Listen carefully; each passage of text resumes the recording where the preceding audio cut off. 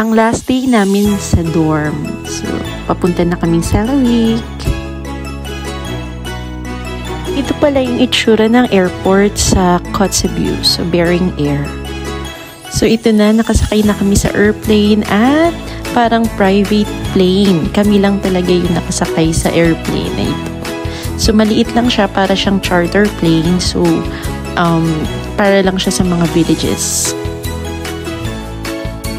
So, nakakatakot talaga tong plane na ito sa simula kasi masyado malakas yung hangin. So, since maliit siya, umaalog talaga siya. So, ramdam na ramdam mo. So, first stopover namin ay sa Norvik. Isa siya ding village dito sa Northwest Arctic Borough. So, kumuha lang ng pasahero. Ito, palipad na kami pupuntang Selawik.